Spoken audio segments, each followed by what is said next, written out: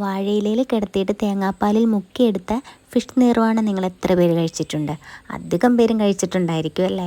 നമ്മുടെ നാവിൻ തുമ്പത്തുനിന്ന് പോവാത്തൊരു ടേസ്റ്റാല്ലേ ഇതിൻ്റെത്. മീൻ കഴിക്കാൻ ഇഷ്ടമുള്ളവരൊക്കെ ഈ വീഡിയോ ഒന്ന് കണ്ടിട്ട് പൊക്കോട്ടോ. അതിനായിട്ട് ഞാനിവിടെ കുറച്ച് അയലമീൻ കഴുകി വൃത്തിയാക്കി എടുത്ത് വെച്ചിട്ടുണ്ട്. ഇനി അതിലേക്ക് നമുക്ക് ഉപ്പും മുളകൊക്കെ പിടിക്കാനായിട്ട് ഒന്ന് വരഞ്ഞു കൊടുക്കാവേ. വരയുന്നത് നിങ്ങൾക്ക് ഏത് ആകൃതിയിലും ഷേപ്പിലും എങ്ങനെ വേണമെങ്കിലും വരഞ്ഞെടുക്കാം കേട്ടോ. മുളക് പൊടിയും മഞ്ഞൾപ്പൊടിയും ഉപ്പും കുരുമുളക് പൊടിയും കൂടെ ഒന്ന് ചേർത്തിട്ട് ഒന്ന് നല്ലോണം ഒന്ന് മിക്സ് ചെയ്തെടുക്കണേ. ഇതിൻ്റെ കൂടെ തന്നെ നമുക്ക് ഒരു ചെറുനാരങ്ങ, പകുതി ചെറുനാരങ്ങ, ഒരു ചെറുനാരങ്ങ, ഇനി വിനാഗിരിയാണോ എന്തെങ്കിലും ഉണ്ടെങ്കിൽ ഒന്ന് കൂടെ ഈ സമയം ഒന്ന് ചേർത്ത് കൊടുത്തിട്ട് ഒന്നും കൂടെ ഒന്ന് മിക്സ് ചെയ്യണേ. ഇനി നമുക്ക് ഒരു 15 മിനിറ്റെങ്കിലും ഒന്ന് റെസ്റ്റ് ചെയ്യാൻ വെച്ചിട്ട് വേണം കേട്ടോ നിങ്ങളിത് ഫ്രൈ ചെയ്യാനായിട്ട്. നമ്മൾ കുറേ സമയമൊക്കെ എടുക്കുന്നുണ്ടെങ്കിൽ ഫ്രിഡ്ജിൽ മാഗ്നേഷൻ ചെയ്തിട്ട് വെച്ചിട്ട് എന്നിട്ടാണെങ്കിലും മതിയാവും. ഒരു 2-3 മണിക്കൂറോ ഒക്കെ. ഇപ്പോൾ ഒട്ടും സമയമില്ലാന്നുണ്ടെങ്കിൽ ഒരു 15 മിനിറ്റെങ്കിലും കുറഞ്ഞതൊന്ന് റെസ്റ്റ് ചെയ്യാൻ വെച്ചേക്കണേ.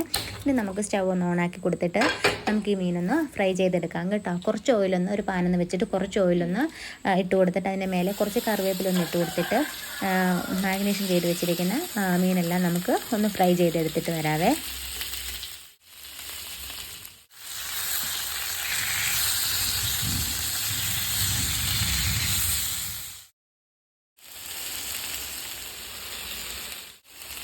അങ്ങനെ നമ്മുടെ മീനെല്ലാം ഇവിടെ ഫ്രൈ ആയിട്ട് വന്നിട്ടുണ്ട്.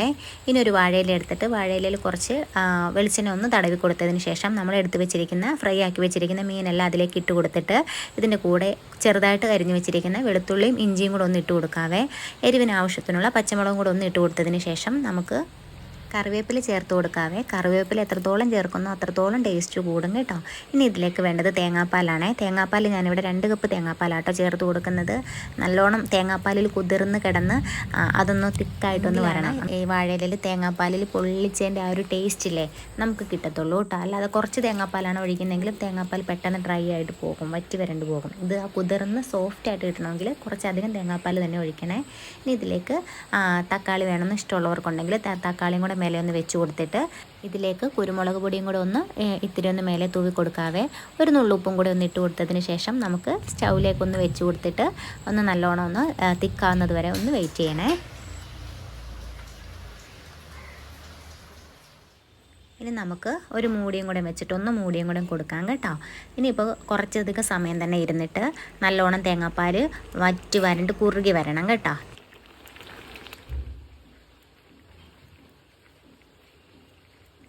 അങ്ങനെ നമ്മുടെ തേങ്ങാപ്പാലിൽ വറ്റിച്ചെടുത്ത ഫിഷ് നിർവാണ് ഇവിടെ റെഡി ആയിട്ടുണ്ട്. ഇനി കുറച്ച് ഒരു 2 ടേബിൾ സ്പൂണോളം പച്ച വെളിച്ചെണ്ണയില്ലേ അതും കൂടെ ഒന്ന് മേലെ ഒന്ന് തൂവി കൊടുത്തിട്ട് നമുക്ക് സ്റ്റൗ ഒന്ന് ഓഫ് ചെയ്ത് കൊടുക്കാം കേട്ടോ. ഇനി നമുക്കിത് അപ്പത്തിൻ്റെ കൂടെയോ വെള്ളയപ്പത്തിൻ്റെ കൂടെ കഴിക്കാനായിട്ടോ ഒട്ടുമിക്ക ആൾക്കാർക്കും ഇഷ്ടം. ഇനി അപ്പോ ചോറോ ഇനി പൊറോട്ടേൻ്റെ കൂടെയോ എന്തിൻ്റെ കൂടെ വേണേലും നിങ്ങൾക്ക് ഇഷ്ടമുള്ളതിൻ്റെ കൂടെ നിങ്ങൾക്ക് എടുത്ത് കഴിക്കാവേ. അത്രയ്ക്ക് ടേസ്റ്റി ആയിട്ടുള്ളൊരു ഫിഷ് നിർവാണയാണ് നമ്മളിവിടെ റെഡിയാക്കിയിരിക്കുന്നത്. എന്തായാലും മീൻ കഴിക്കാൻ ഇഷ്ടമുള്ളവർക്കൊക്കെ ഇഷ്ടപ്പെടുന്ന റെസിപ്പി തന്നെയാണ് കേട്ടോ. ഒരിക്കലെങ്കിലും ട്രൈ ചെയ്ത് നോക്കിയിട്ടില്ലെങ്കിൽ ഒന്ന് ട്രൈ ചെയ്ത് നോക്കാൻ ആരും മറക്കില്ലല്ലോ.